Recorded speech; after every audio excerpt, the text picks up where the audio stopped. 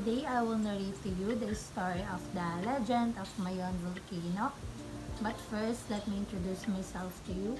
I am Hanime Vidison from Lised 2F, and I will discuss to you the occasion and origin of one of the most famous volcanoes here in the Philippines, and it's located at Legazpi City, Albay. It is known for its perfectly conical shape, whose natural beauty has inspired a number of legends and arts. The Region 5. Bicol Region or Region 5, also known as Bicolandia, is one of the 17 regions of the Philippines. Bicol is composed of 4 provinces in the Bicol Peninsula, the southeastern end of Luzon Island, and 2 island provinces adjacent to the peninsula. Its regional center is Legazpi City and Albay Province. The region is composed of 6 provinces, namely Albay, Camarines Norte, Camarines Sur, Sorsogon, and the island provinces of Catanduanes and Masbate. The region has the following cities. First is the Legazpi City, Ligao City, Tabaco City, Iraga City, Naga City, Masbate City, and the last is Sorsogon City.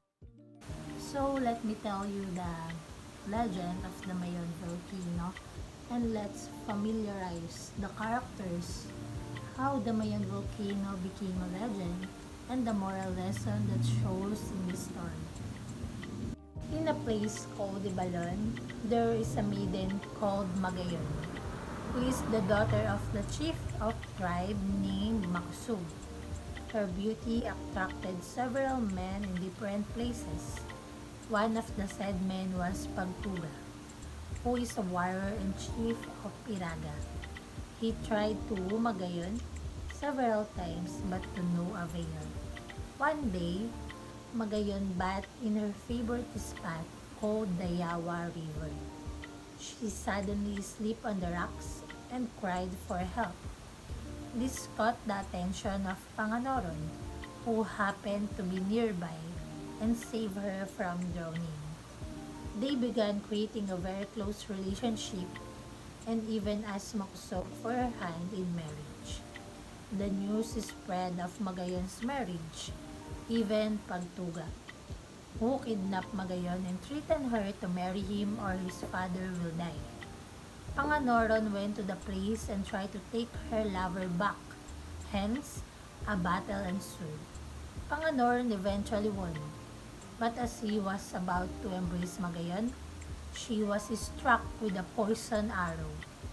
Panganoron knocked over her dying lover and eventually got stabbed by one of Pagtuga's men. Makusog buried his daughter and her lover together after the battle.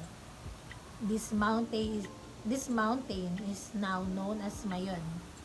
It is said that even in death and in another form, she is still haunted by the men who loved her.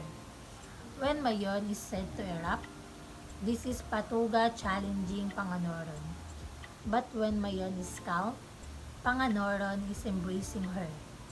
The tears of Panganoron are shed as rain at times in his grief. Years pass and the land where they buried rose higher and higher, which was eventually called Mayon.